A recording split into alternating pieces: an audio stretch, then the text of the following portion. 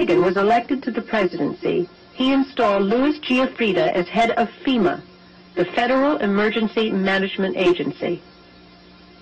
Giuffrida was an old cold warrior from Reagan's California days whose specialty was suppression of unrest and dissent. Giuffrida, North, and George Bush began to turn FEMA into an instrument of domestic anti-terrorism. You're dealing with a group of people in the Reagan administration who equated political dissent with treason, and who cannot differentiate between emergency procedures, which I think everyone agrees are necessary, and suppressing political dissent. And with North and Poindexter and Casey, you had a group of people who saw Americans who disagree with them as the enemy. Colonel North, in your work at the NSC, were you not assigned at one time to work on plans for the continuity of government in the event of a major disaster? Mr. Chairman. I believe that question touches upon a highly sensitive and classified area, so may I request that you not touch upon that, sir. I was particularly concerned, Mr. Chairman, because I read in Miami papers and several others that there had been a plan developed by that same agency, a contingency plan in the event of emergency that would suspend the American Constitution. And I was deeply concerned about it and wondered if that was the area in which he had worked. I believe that he was. May I most respectfully request that that matter not be touched upon at this stage. If we wish to get into this, I'm certain arrangements can be made for an executive session. And tragically, the only member who got close was Jack Brooks. A radio host who says he predicted a staged attack on the World Trade Center involving Osama bin Laden as a fall guy in 2001 now says last week's red terror alert is just a trial run for a massive staged terror attack initiated by the U.S. government. Pardon me. Alex Jones says the attack will occur before the end of October and could provide the, quote, neo-fascist bloodsuckers in the administration with fraudulent justification to invade Iran or Syria before November's midterm elections.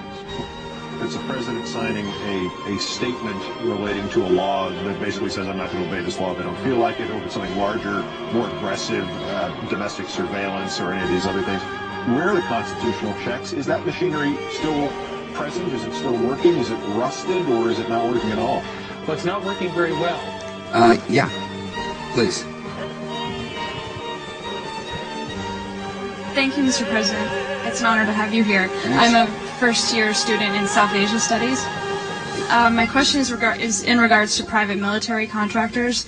The Uniform Code of Military Justice does not apply to these contractors in Iraq. I asked your Secretary of Defense a couple months ago what law governs their actions. Mr. I was going to ask him. Go ahead.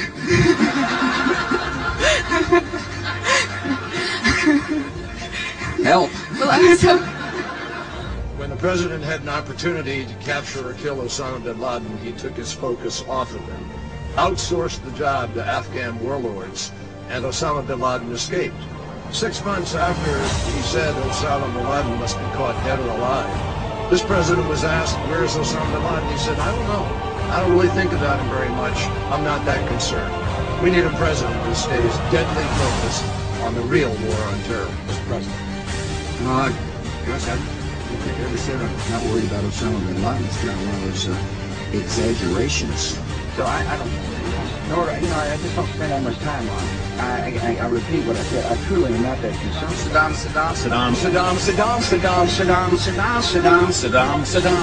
Hussein. War and danger. Continuing danger, hour of danger. Very, very dangerous world. A grave new threat. Horrific acts of atrocities, murderous regimes dedicating to killing us, tyranny and terror.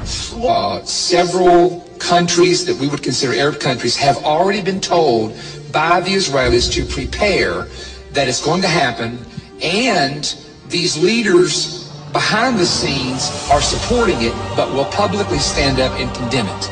They have to. They don't have a choice because of the religion in their country.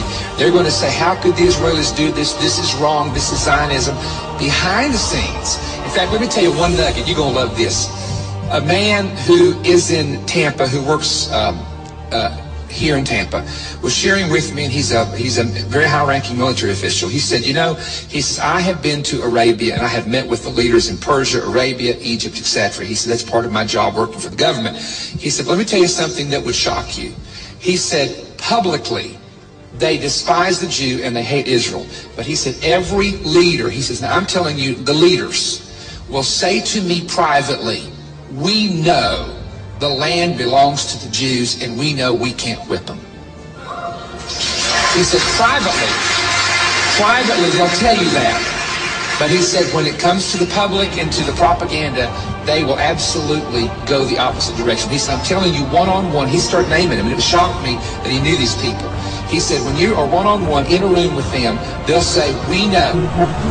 The FEMA plans to imprison American citizens have generated a lot of interest around the country in locating the potential prison camps throughout the country. These may be facilities currently being used as prisons, such as those you saw earlier, or prisons that are being built supposedly in the name of the war on drugs, or facilities that have other uses but which could be quickly used to detain large numbers of people, such as this Amtrak facility in Beech Grove, Indiana. All of the renovations to this property have involved putting in new fencing, electronic turnstiles, concrete flooring in unused warehouse buildings, and putting in large gas furnaces on buildings that were never heated any time in the past 20 years.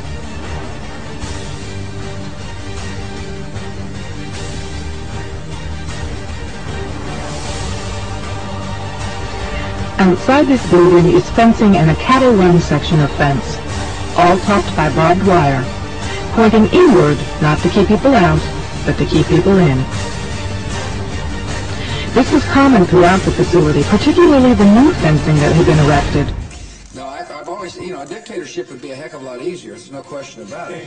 For the first time at one of his news conferences in 3 years, Thomas asked him about Iraq. Ask you, Mr. President, your decision to invade Iraq has caused the deaths of thousands of Americans and Iraqis, wounds of Americans and Iraqis for a lifetime. Every reason given, publicly at least, has turned out not to be true. My question is, why did you really want to go to war?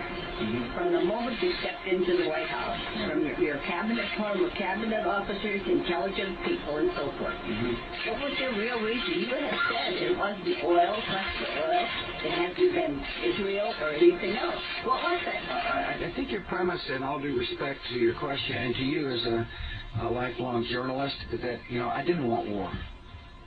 To assume I wanted war is just flat wrong, Helen, and all due respect. No, hold on for a second, please. Excuse me.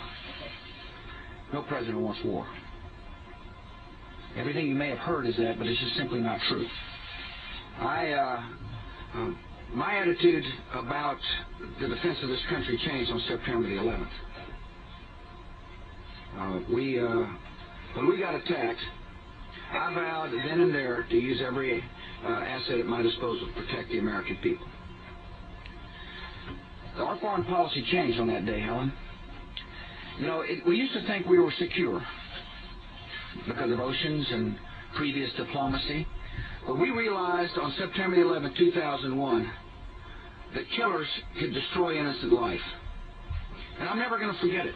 And I'm never going to forget the vow I made to the American people, that we will do everything in our power to protect our people. Part of that meant to make sure that we didn't allow people to provide safe haven to an enemy. And that's why I went into Iraq. Hold on for a second. Excuse me for a second, please. Excuse me for a second. They did. The Taliban provided safe haven for Al-Qaeda. That's where Al-Qaeda trained and... Alan, excuse me. That's where the targeting to go after suspected training sites, etc., across the border and inside Iran. That's just normal, I think. And you write that already some special operations forces, some U.S. intelligence forces have crossed the line and have gone into Iran. Is that right? Oh, yes, that's been happening for months. There's been a lot of very aggressive cross-border activity. It's more than just casual. There's been a lot of